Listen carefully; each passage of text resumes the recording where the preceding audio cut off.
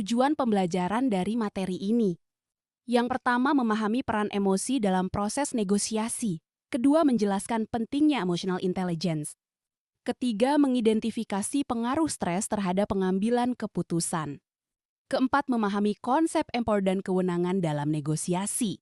Jadi, emosi itu asal katanya dari bahasa Latin movere, yang artinya bergerak. Nah, dalam negosiasi, emosi ini jadi semacam tenaga yang mendorong kita buat bertindak. Makanya disebut juga faktor E. Kalau seorang negosiator bisa tetap tenang dan ngontrol emosinya, itu justru jadi keunggulan. Karena dia nggak gampang ditebak sama lawan. Tapi sebaliknya, kalau emosinya nggak terkendali, biasanya keputusan yang diambil jadi spontan dan kurang strategis. Makanya, menurut Daniel Goleman, kecerdasan emosional itu penting banget. Kita harus bisa ngerti emosi diri sendiri, tapi juga peka sama perasaan lawan. Itu yang jadi kunci negosiasi yang efektif. Nah, emosi itu sebenarnya bisa dipakai dengan tepat kalau risikonya sudah dipikirkan lebih dulu. Jadi kita nggak asal bereaksi. Terus, tujuannya juga harus jelas, misalnya buat memancing respons tertentu dari lawan negosiasi. Dan yang paling penting, kita nunjukin keseriusan, tapi tanpa merusak peluang buat tetap mencapai kesepakatan. Stres saat negosiasi sulit disembunyikan dan sering terlihat melalui gerakan tubuh kecil seperti menyentuh wajah, mengetuk pena, melipat tangan, atau menggoyangkan kaki. Negosiator yang terampil tidak hanya mendengar kata-kata, tapi juga membaca sinyal nonverbal untuk memahami maksud lawan. Kecemasan yang tidak dikendalikan bisa membuat seseorang menyerah terlalu cepat, sehingga penting memisahkan urusan pribadi dan bisnis agar keputusan tetap objektif. Menjadi seorang negosiator yang efektif tidak terjadi secara instan, melainkan melalui proses pembelajaran yang bertahap dan juga terstruktur, model. 4. Tahapan kompetensi menggambarkan bagaimana seseorang berkembang secara psikologis dalam menguasai keterampilan negosiasinya. Dimulai dari tahapan Cantons, di mana individu belum menyadari kekurangan dan tidak memahami apa yang harus dilakukan. Selanjutnya, pada tahap competence, individu mulai menyadari kelemahannya namun belum mampu mengaplikasikan keterampilan secara efektif. Seiring berjalannya waktu, individu memasuki tahap conscious kompetensi, yaitu mereka yang sudah mampu melakukan negosiasi dengan baik, walau masih memerlukan konsentrasi dan juga kesadaran penuh. Dan di tahap terakhir adalah unconscious competence, di mana keterampilan telah menjadi otomatis dan dilakukan tanpa banyak berpikir. Meskipun tetap perlu diimbangi dengan evaluasi agar tidak terjebak pada asumsi atau kebiasaan yang kurang tepat. Dalam negosiasi, nilai-nilai pribadi seperti keadilan, integritas, kejujuran, dan kepercayaan berperan sebagai dasar dalam membentuk sikap dan juga keputusan. Namun, seorang negosiator perlu mampu mengelola nilai tersebut secara bijak dengan memisahkan antara identitas pribadi dan peran profesional agar tetap objektif.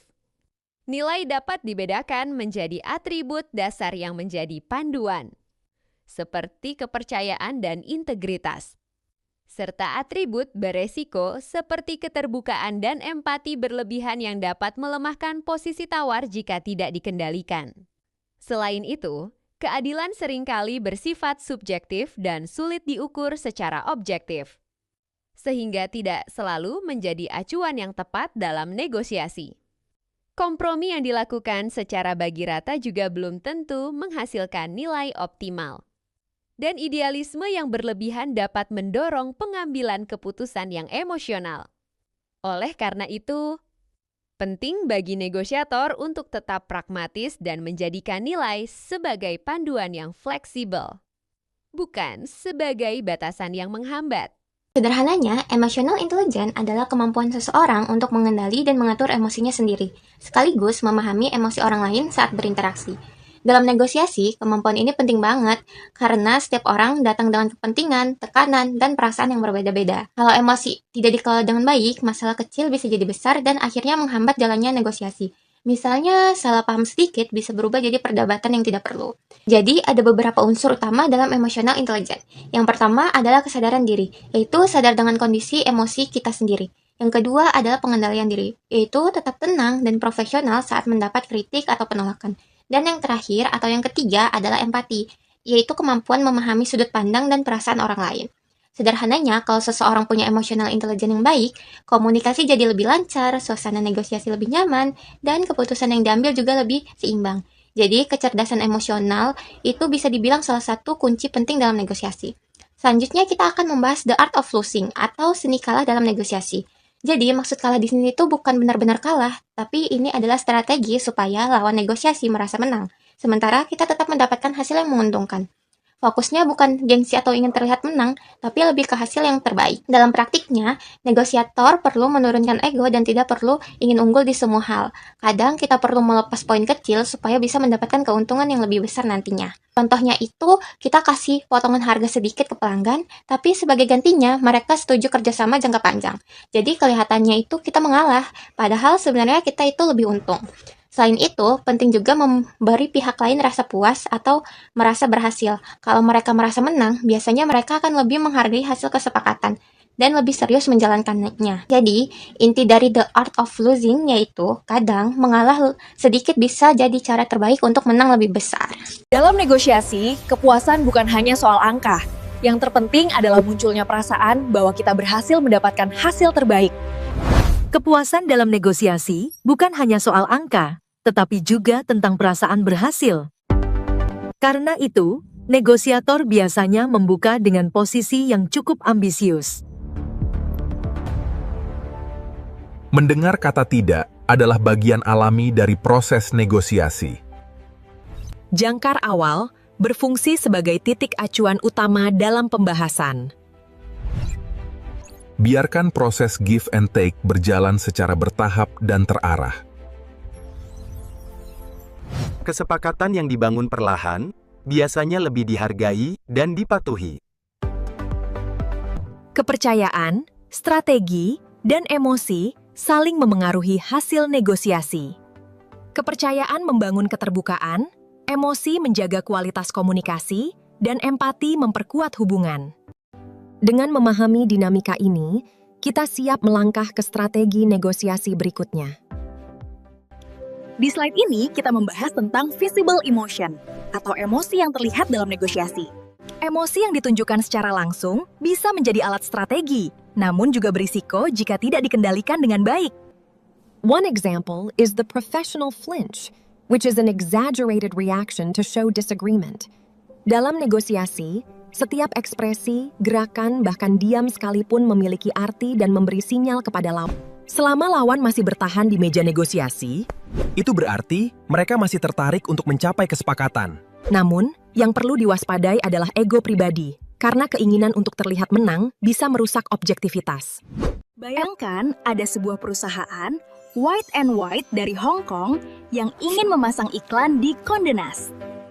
The official price offered is quite high, which is $229,500 for 6 global slots. But this is where the strategy begins.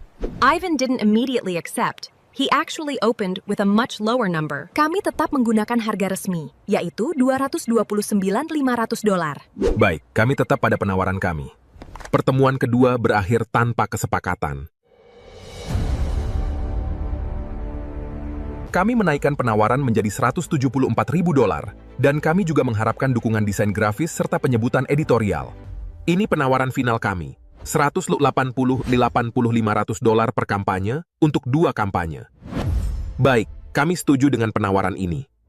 Dan akhirnya, kesepakatan tercapai. Oke teman-teman, dari cerita tadi, ada hal menarik yang bisa kita pelajari.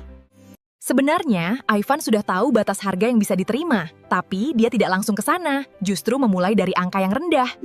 Kenapa? Karena dia ingin lawannya merasa menang. Setiap kenaikan harga membuat pihak lawan merasa berhasil. Tapi di sisi lain, Ivan juga mendapatkan keuntungan lebih besar. Jadi, negosiasi itu bukan tentang siapa yang menang atau kalah. Tapi, bagaimana kedua belah pihak bisa sama-sama merasa puas. Dan disinilah peran emosi itu penting. Bagaimana kita mengelola persepsi, bukan hanya angka. Di slide ini, kita bahas tentang empowerment. Sederhananya, empowerment itu adalah ketika seseorang diberikan kepercayaan dan wewenang untuk mengambil keputusan dalam pekerjaannya. Jadi, karyawan tidak selalu harus menunggu perintah atasan untuk bertindak. Dengan adanya empowerment, pekerjaan bisa berjalan lebih cepat dan efektif. Nah, menurut Fraser, dijelaskan bahwa empowerment secara psikologis mencakup 4 dimensi. Yang pertama, meaning. Meaning itu berarti seseorang merasa pekerjaannya punya arti dan tujuan. Kalau seseorang merasa pekerjaannya penting, biasanya dia akan lebih semangat dan lebih bertanggung jawab. Kedua, competence. Competence berarti rasa percaya diri terhadap kemampuan diri sendiri. Seseorang merasa yakin bahwa dia mampu menyelesaikan pekerjaannya dengan baik. Ketiga, self-determination. Ini berarti seseorang diberi kebebasan untuk menentukan cara bekerja atau mengambil keputusan tertentu. Jadi, tidak semua hal harus menunggu instruksi atasan. Dan yang keempat ada impact. Impact berarti seseorang merasa bahwa apa yang dia lakukan benar-benar memberi pengaruh. Misalnya, ide dari anggota tim berhasil meningkatkan penjualan perusahaan. Intinya, dalam negosiasi, empowerment itu sangat penting. Empowerment membantu karyawan menjadi lebih percaya diri, lebih mandiri, dan membuat proses kerja maupun negosiasi menjadi lebih efektif. Intinya, pernah nggak sih kalian ada di situasi ketika harus ambil keputusan cepat, tapi malah harus nunggu persetujuan atasan dulu?